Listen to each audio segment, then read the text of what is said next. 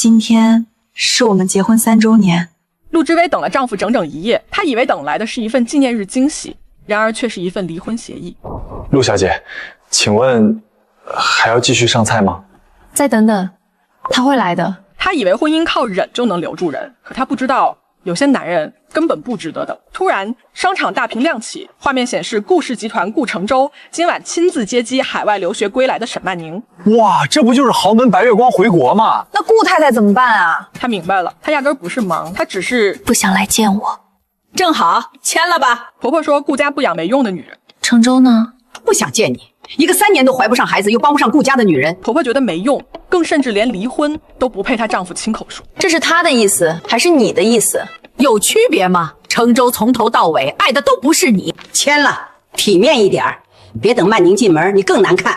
她本来已经准备签字，可看在往日情面上，她想最后再确认一下。协议你看了？我只问你一句，离婚是你的意思吗？是。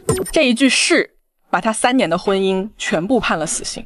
顾承洲，希望你以后别后悔。可他们不知道，这个被他们赶出门的女人，才是另一个世界里真正掌权的人。别人用过的东西我嫌脏，男人也是。顾家的东西一件都别带走。太太，叫错了，她已经不是顾太太了。3年婚姻，她连离开的体面都没有。顾家给她的最后一件东西是羞辱。知薇姐，这条项链你应该认识吧？承洲说过，这是送给心爱之人的。她这才知道自己带了3年的东西，原本属于别人，只是被你借贷了3年。你这种人能进顾家已经是高攀。别人用过的东西我嫌脏。她没有哭也没有闹，她只用一句话把尊严拿了回来。而这位曾经的丈夫连最后一点体面都不肯给。3年婚姻你连一句解释都没有。没必要。好，那我祝你们百年好合。陆小姐，请上车。什么陆小姐？顾总，以后我们只谈公事。他们终于意识到，这个被他们赶走的女人根本不是他们能踩的人。你回来是报复。前夫顾氏集团高层围坐，气氛压抑，众人焦躁。星耀资本要是不投，我们就完了。今天这个负责人要是谈崩，顾氏就断血了。顾氏现在最缺的是钱，而能决定他们生死的只有一个人。抱歉，让甲方久等了。昨天他还是被赶出门的前妻，今天他就是顾氏的甲方。你到底是谁？会议时间，不回答私人问题。他不再解释，已是强大的开始。顾氏现金流紧绷，管理混乱。顾总，你拿什么说服我投钱？高层强烈指责他不顾旧日情面，他直接打断这位曾经犯下大错的高层。要我念明细吗？这直接打脸整个顾家。你隐瞒了我3年。你问过吗？你回来是报复。不，我是来拿回本来就不该给你们的。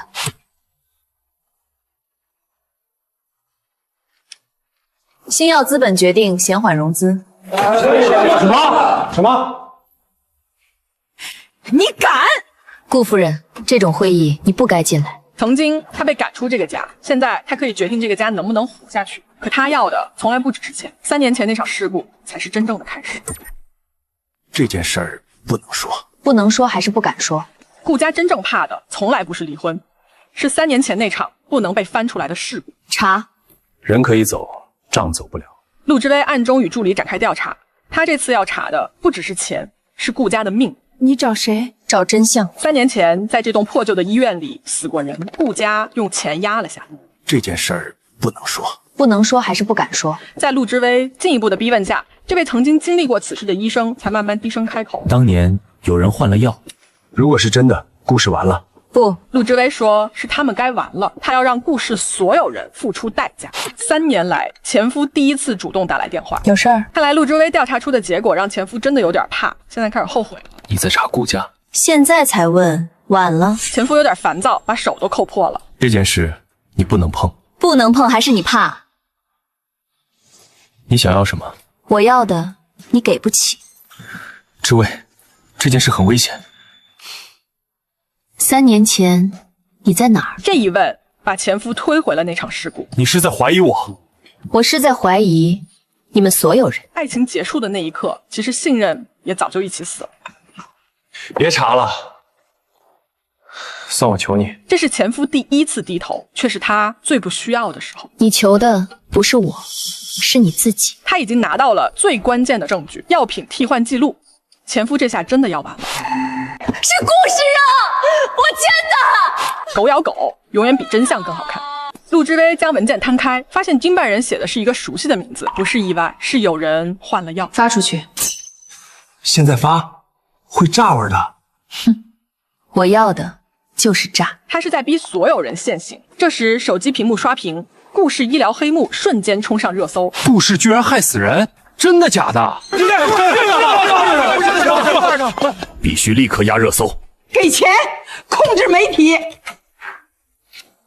你疯了！才开始，你这是毁了顾氏。他才不会再和前夫解释，他只继续推进。故事是你毁的。前夫顾承洲这才意识到事情真的变得严重了。然而真正该怕的人还没上场呢，好戏即将开始。你是否参与3年前事故？哼，这是造谣。他以为自己还能撑住，可陆之威已经准备好了第二刀。这时屏幕突然切换，当年的药品签字记录被放大，上面写的就是沈曼宁的名字。这是你的签名吗？沈曼宁脸色瞬间变白。当证据被放大，所谓的精致瞬间崩塌。是故事安排的，不是我。一旁贵宾席的高层开始议论纷纷，顾母脸色骤变，感觉要骂人。你闭嘴！是故事啊，我签的。狗咬狗，永远比真相更好看。媒体们簇拥上前，纷纷拍摄热点。这一刻，他不是白月光，只是替罪羊。前夫顾承洲突然发现事情已经失控，他开始真正后悔。这个恶毒的钱婆婆要完了。前夫顾承洲一个人坐着，电视里循环播放着顾氏医疗内幕的新闻。面对前妻陆之威的进攻和集团信誉的坍塌，他才渐渐想起他的好。原来以前他是如此的善良持家。这时候，前夫主动找上门来。停手吧。理由？我们至少有过3年。现在才说已经没有意义了。你也配提那3年？你想要什么，我都给。我要的，你给得了吗？你到底要什么？我要3年前的真相。录音里是前夫顾承洲的声音，说着什么药必须换。他听完，脸色瞬间惨白。3年前，你真的什么都不知道？你怀疑我？你这么紧张干什么？我只是在确认。陆之威甩出早已准备好的资料。事故当天，你签过紧急授权，一语惊醒梦中人。他辩解：我不知道那是什么。陆之威听了想笑，在证据面前，他还在说瞎话。不过陆之威还有一个发现，我知道真正决定换药的人不是你，因为文件最终审批人写的是顾母的名字。不可能！你现在才知道。前夫这才明白，原来自己也是妻子。下一步，我要让他亲口承认，这个钱婆婆要完了。他还来干什么？又要落井下石吗？不好意思，我现在是你们要争取的最大投资人，这里不欢迎你，可钱欢迎我，而且我手里还有大料，你们不想看？他不是来参与的，他是来接管的。3年前，顾氏用一笔钱买了一条命。什么？你这是造谣！那你解释一下，这笔转账收款人沈曼宁。沈曼宁，如果你不解释清楚，我现在就要报警了。我只是替别人办事。你闭嘴！不，继续说。是顾夫人。这一刻，真正的名字被说出来了。现在轮到你了。这才是真正的授权书。贼喊捉贼，原来是他自己。之威，这是你？时间不对，这份文件是伪造的。大家看，那天我在国外，伪造签名是犯罪。顾夫人，要不要我报警？他反杀成功，但这局还没结束。你小心点儿，你查得太深了。有人开始警告他了。有人要见你。谁？秦氏集团总裁秦川。看来某个大人物要出场了。你动了不该动的东西。你也配管？其实3年前那件事不是顾家主导的。那主导是谁？与你有关。他查到最后，目标竟然指向了自己。他开始怀疑了自己的记忆。我不记得。如果你不记得，说明有人抹掉了。所以3年前到底发生了什么？那就找回来。3年前的真相也许马上出现。不可能，这视频被剪过。有人想诬陷我是凶手。等等，你看我发现了什么？原来近在眼前。好，我就让他现形。你以为我会信？其实你已经信了。你看他是谁？像不像你？你才是幕后的那个人。真的结束了吗？姓名？你们抓错人了。录音、资金、指令全指向你。那就更有意思了。警官，你们真的觉得我有资格做这个局？那谁指使你？你们查不到的，他从来不在台面上。他不是辩解，是提醒。陆总，秦川那边态度很奇怪。他说什么？他说他只是执行。还有更大的鱼。你们查不到的，我们查了他的通讯记录，是空的。不可能。不可能没有，一定是被清干净了。抓他没有用。陆总，这是谁？就是我们要找的人。在陆之威步步紧逼之下，幕后的大佬们有些坐不住了。你们终于忍不住了。你查得太深了。这位是幕后大佬的小助理，来了就是想警告陆之威见好就收。你们是谁？我不在乎，我只在乎谁该死。3年前你活下来是运气，但这一次不会了。这是他3年前的车祸照片，他感受到了威胁。是你们撞倒我。你很快会知道。面对生命威胁，他还敢继续吗？我们要不要停？停，他们已经动手了。开弓没有回头箭。我停，死得更快。把他们所有人挖出来。我发现了他们的清除计划文件，涉及不止一个人。给我名单，一个个来。太慢。他们搞阴谋，他就想搞阳谋，看谁怕谁。今晚我要一场直播。直播？既然他们想按着来，我就把一切放在光下。你疯了吗？你终于来了。你知不知道你在惹谁？你终于知道你娶的是谁了吗？停手，我帮你。你帮我？哼，你连自己都救不了。顾承周，你以为这3年我只是你老婆？前夫没有想到，原来他不是傻白甜。这些年他一直在计划着什么。夜幕降临，直播倒计时开始。今晚他要做一件事，让所有人见光死。陆总，直播被下架了，账号被限流了。动作挺快。他们在控制所有平台。陆总，银行那边暂停授信了。什么意思啊？我们没钱了。他刚想掀桌，对手直接断他命。陆总，咱们要不要先停一停？停，他们已经动手了。我停就是等死。陆总，现在所有人都在躲我们。你现在停，还来得及。你来是看我输？我是来帮你。帮我？他听了都想笑。前夫连自己的妈都帮不了，还过来逞能。我已经脱离顾家了，所以呢？我现在也没有退路。那是你的事儿。志威，我不想你出事。你是怕我出事儿，还是怕我把你们全拖下去？你现在面对的不只是顾家。我知道，我从一开始就没打算活得轻松。这份资料或许会改变一切。这是哪儿来的？医院内部档案。我不记得了。你当年不是旁观者，这就有意思了。难道自己也是帮凶？你想说什么？那场事故你可能参与过。所以你现在来是替他们洗白？我是想救你。你救不了我。他就是讨厌前夫没能力还总是喜欢逞能的特点。他坚持要查。前夫问他不怕吗？其实他怕，但是他更怕一直不知道真相是什么。我一辈子不知道自己是谁。人事那边又递辞职信了。陆总，对不起，我家里人让我走。他们威胁你，你走可以。员工陆续辞职，他感受到了众叛亲离的痛苦。还有谁没走？只剩我们。前夫突然过来了，你看他下面说什么？你撑不了多久的，你现在只有一条路。说。低头。你说这男的怎么能幼稚到这种地步？这不是输，是活下来。我不想再活在别人给的施舍里。陆总，如果真的撑不住，你也想走？男助理想离开。你以为你还能赢？我从来不是靠能不能赢活着，我现在想靠不跪活着。你会死的。那就死在向前的路上。陆总，对不起。资源没了，人没了，钱没了，所有人都离开了，他成了真正的孤勇者。他不知道自己还能撑多久，但是为了那个孩子，他觉得一切都值得。你现在后悔了吗？你做梦！只要你公开认错，我们可以让你体面退出。你们真以为我是在争体面？我就是想要你们的命。那你就等着消失吧。他们可能真的觉得陆之威一切都完了。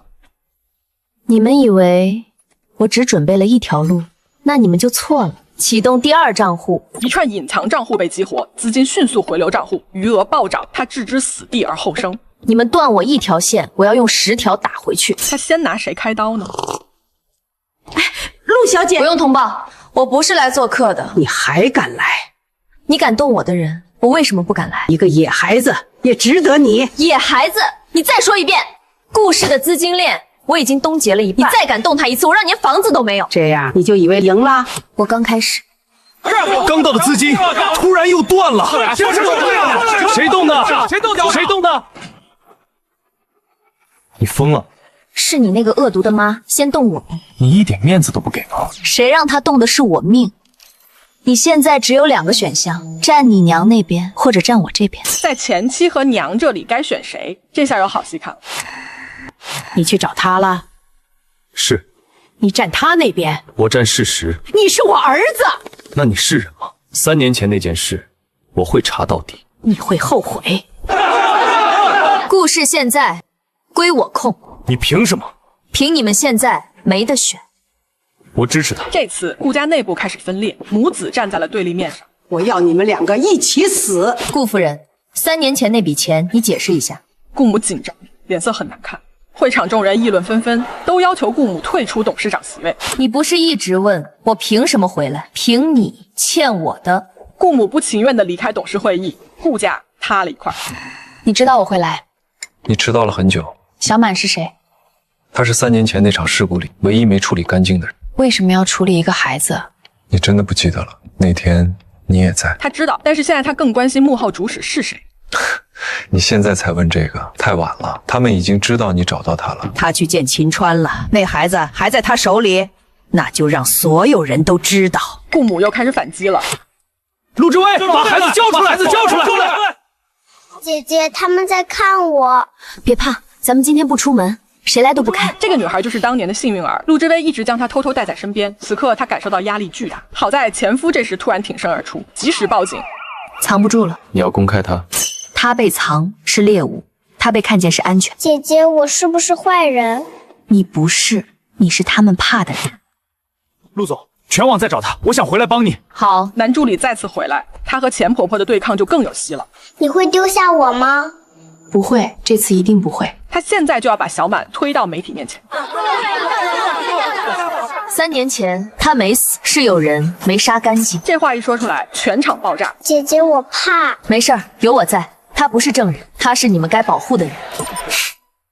你满意了吗？不。秦川笑他这样做很愚蠢，会把这件事搞得越来越复杂。我来结束吧。你以为你在掀桌，其实你才刚坐上桌。媒体所有人都在骂。风向变了。我知道。他们在说你利用小满。姐姐，是不是我不好？不是你，是他们不敢承认。对手现在逼他交出小满所有资料。他们不是要资料，是想要他。他们不会直接动，他们会让你亲手交出来。那我就不交。那你就会被毁。对方趁你病要你命。姐姐，我是不是不能跟你在一起了？你不会离开我，除非我死。顾母的反击要开始了。那场事故，陆之威才是关键人物。媒体惊讶纷纷上前。你是说他也参与？他不只是参与，他是起点。前夫痛心开始怀疑他。这不是真的。我不知道。姐姐，他们说你是坏人。那你觉得呢？你是救我的人。此刻他真的很感动。然而顾母那边依旧还没结束。如果你看了，就回不去了。无论顾母说什么，他都需要先去面对。姐姐，你会变吗？不会，但我会知道我是谁。他点击打开新闻发布会现场直播视频，他不再逃，他去面对最可能毁掉他的东西。那是你。我知道。可是画面越来越模糊，他第一次怀疑自己是不是也动了那一笔。你签了吗？我不知道，我真的不知道。就算你签了，那我就是帮凶。你不是那种人。你确定你认识我吗？姐姐，你怎么了？如果有一天我不是好人呢？那我也跟你。小满就是他继续坚持下去的动力。他坚持了这么久，秦川也开始要帮他。因为你走到这一步了。这里面是完整视频。我们不能这么做。果然有猫腻，在完整视频里他没有签字。你拒绝了。那最后谁签字的？这个身形是我妈，她用你的名字签了。她不仅做了，还让我背锅。那他是坏人吗？是，但我们不会变成他。你用我的名字签了那一笔，谁让你不签，那就让你来背锅。简直厚颜无耻。你动的是人命，我动的是局，那我就拆你的局。你太嫩，拆不起。我不是来赢你的，我要让你身败名裂。你以为结束了？你还不知道你惹了谁？姐姐，我是不是闯祸了？没有，你永远是我的乖宝宝。这时沈曼宁出现了。陆之威，你还真敢把他带出来？你还敢回来？我为什么不敢？该怕的人是你。这孩子长得真像当年那个女人。你认识他？我知道的比你多。你想怎么样？现在说就不值钱了。你来干什么？程州哥，你现在站到他那边站得很稳啊。别这么叫我。热脸贴冷屁股，这位曾经的白月光要被抛弃了。你以为公开他是保护他？但是陆之薇坚持，公开才是安全。藏起来他还能活，被你带出来他会死得更快。谁敢动他，我会死得拼命。以卵击石，你会死得很惨。你究竟想怎么样？我想活。你害过我，也害过他，所以我知道他们怎么害人。你凭什么让我信你？凭我手里有你没有的东西。姐姐，那个地方我去过。这个地方似曾相识。这是顾氏旧医疗中心的标识。沈曼宁，你到底参与了多少？不多，但是我知道很多。是吗？我当年只是签了几份文件，真正决定孩子去留的人不是我。难道是我妈？顾夫人也只是其中一个。站住，陆总，我今天不是来认罪的，我是来提醒你，小满不是唯一一个，他只是唯一活着走出来的。一句话把真相从一个孩子撕成了一群孩子。沈曼宁，你最好保佑你还有用。我当然有用，那份名单还在我手里。来吧，咱们换个地方见面。沈曼宁不能信。我知道。那你还见他？因为现在他怕了，他想活下来。可是怕的人也会骗人。是骡子是马，拉出来溜溜才知道。陆之薇要去看看沈曼宁手上究竟有哪些底牌。这次陆之薇不会再对沈曼宁客气了。你说话还是这么难听。对你，我没必要说好听。里面是当年孩子的转移名单。沈曼宁，你是不是忘了你是共犯？我没杀人，可你签字了。我那时候不知道，不知道不等于无辜。最恶心的不是坏，是坏人终于害怕的时候，开始说自己也可怜。我可以作为证人，但你要保证我不被他们清掉。我可以帮你。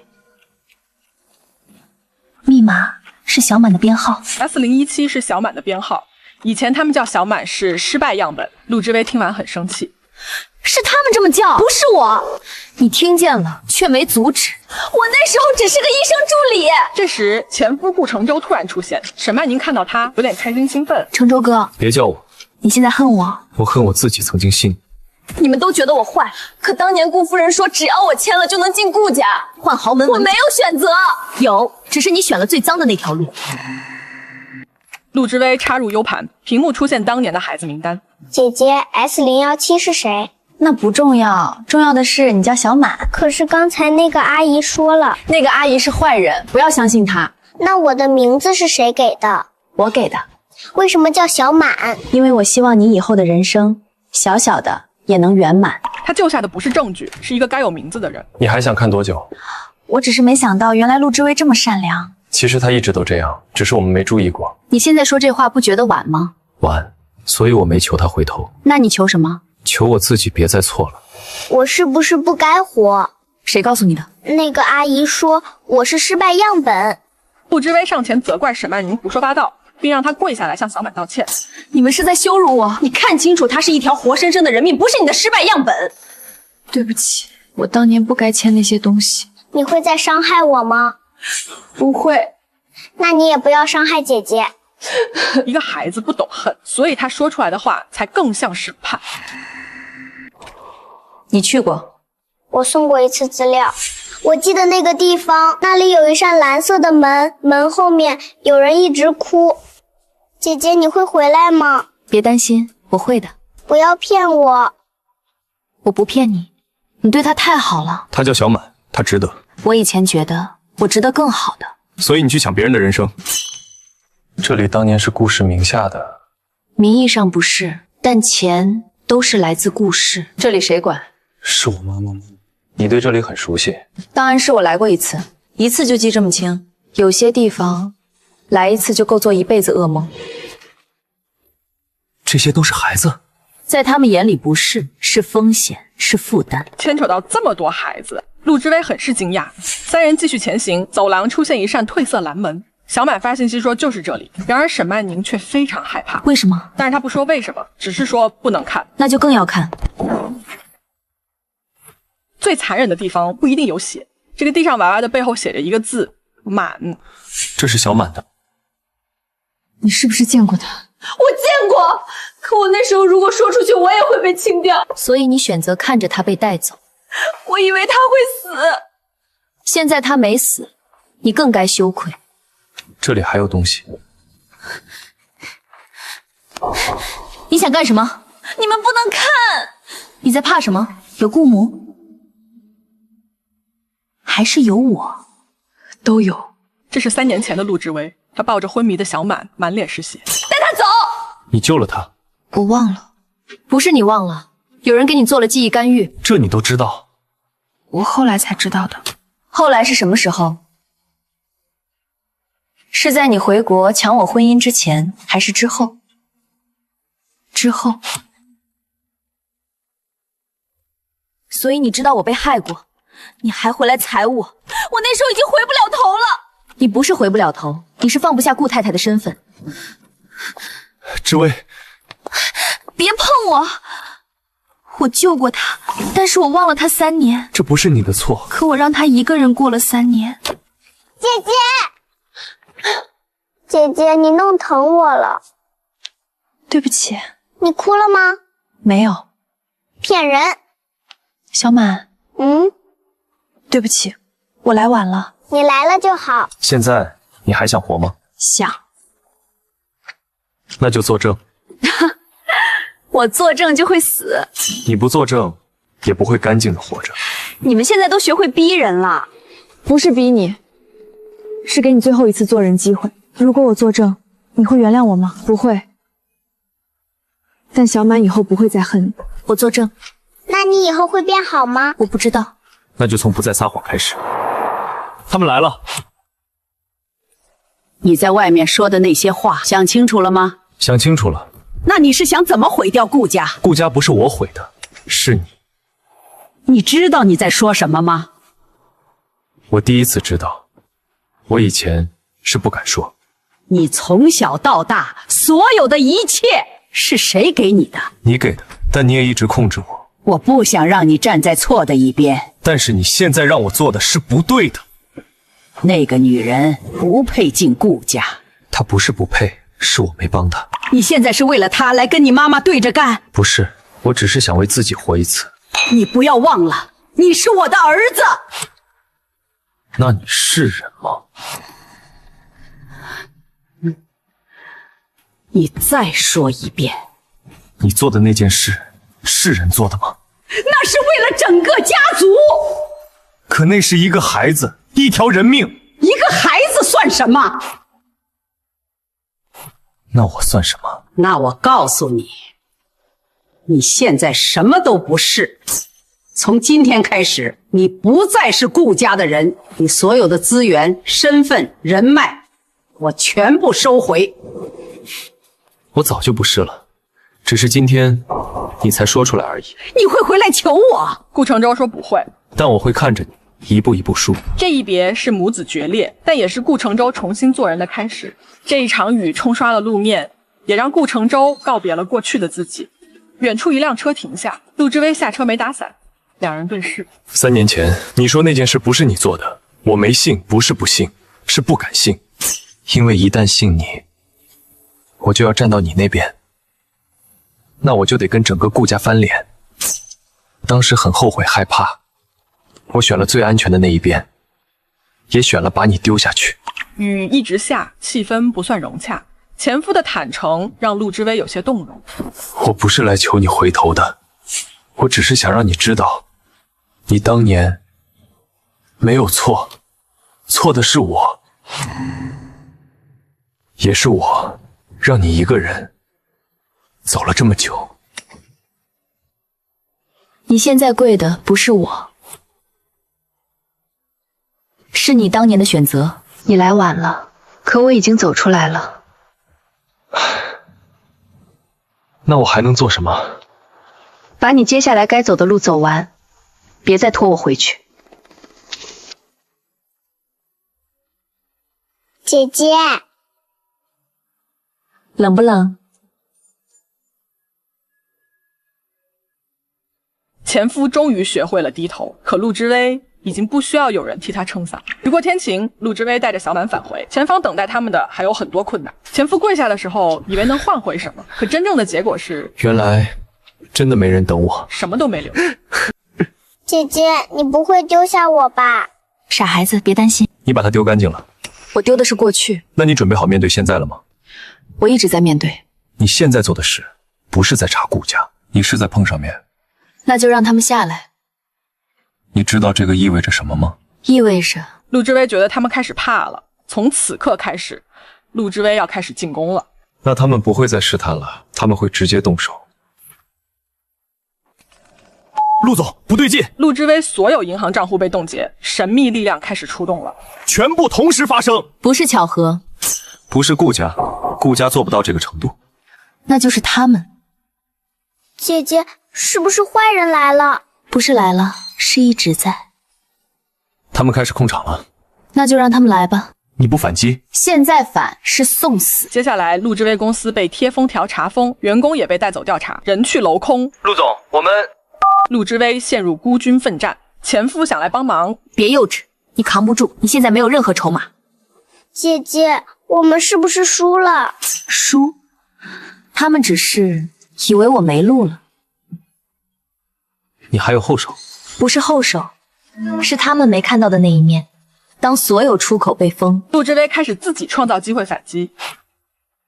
他首先来到档案室，再一次检查，一定漏掉了一些关键线索。果然，他终于看清，对手不是一个人，是一群人组成的幕后网络。你终于走到这一步了。现在桥的另一头究竟是谁？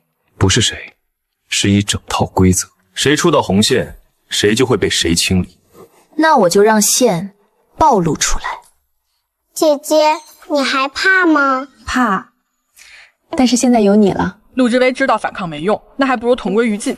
3年前，不是事故，是清除。清除不该存在的人。众人大惊，这是爆炸新闻。他牵着小满，紧紧握紧他。他活下来不是奇迹，是他们没做干净。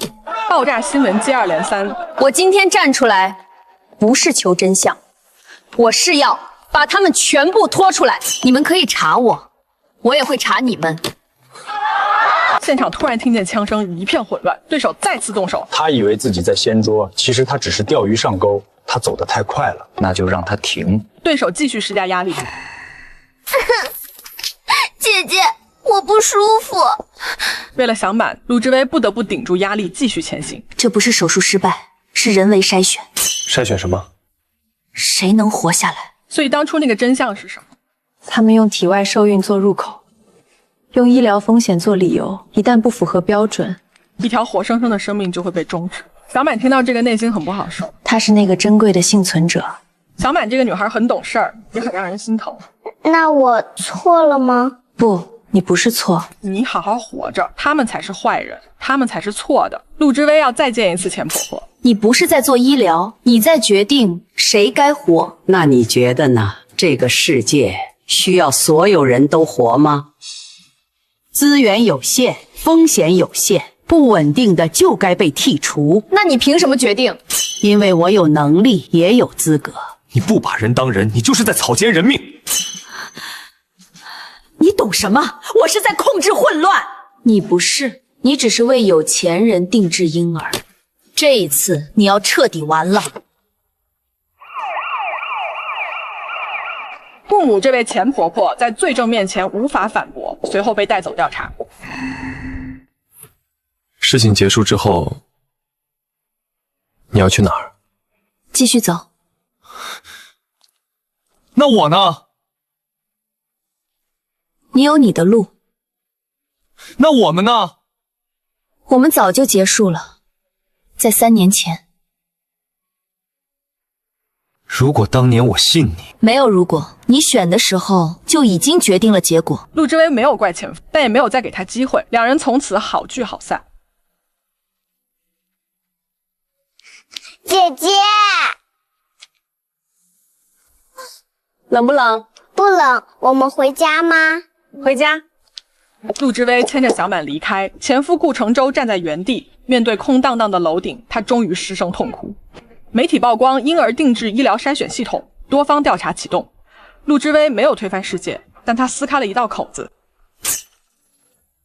你赢了，但你以为这个世界会变？也许吧，但总会有人继续向前。阳光下，小满在画画，陆之薇坐在一旁，风轻云淡，她不再紧绷，终于有了一段不用去战斗的时间。前夫顾承舟远远看着，没有靠近，两人对视一秒，没有走近。姐姐走啦。陆之薇也学会了不回头。